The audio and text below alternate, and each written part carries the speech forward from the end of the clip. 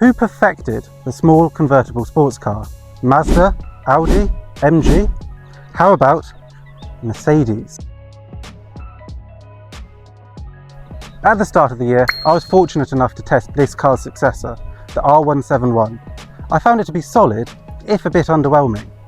Perhaps in order to go forward, first we have to go back. This was that car's daddy. Introduced in 1996, the SLK was released to make Mercedes seem more obtainable. Throughout the 90s, there was a real resurgence in small convertible sports cars, thanks largely to the popularity of the MX-5. Everybody wanted a piece. This was a German's first attempt.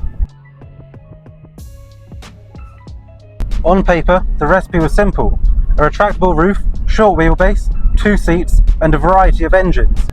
Where later generations of the SLK sometimes miss the mark, driving this car, you get the feeling it's been designed as a sports car at its core.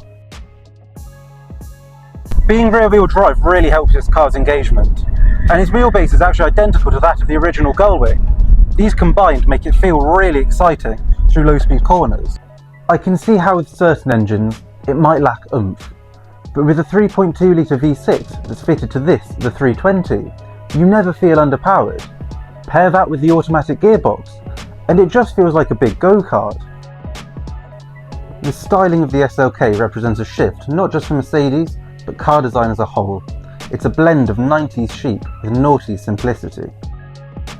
It came out at a time when Mercedes had moved on from their more blocky design language and moved into a world that was more minimalist. It also lacks the bloating that later cars were guilty of. It looks more precise somehow. What you get with the R170 is a much more pure car. It takes the very best ingredients of a small sports car, but combines it with German engineering. This roof is a perfect example. It would have been so easy just to fit a soft top, but no! Mercedes decided to develop a whole new Vario roof system. These are just some of the reasons that I prefer the original SLK to its successor. It doesn't feel over-engineered in the way that the newer cars do, and if you get it in the right spec, it holds its own against any rival. A testament to this car is that when Chrysler brought out the Crossfire, 80% of it was based on the R170. Having now driven and experienced both, I'm left in no doubt I would take this over its offspring. But the small sports car market is vast, and the question has to be asked,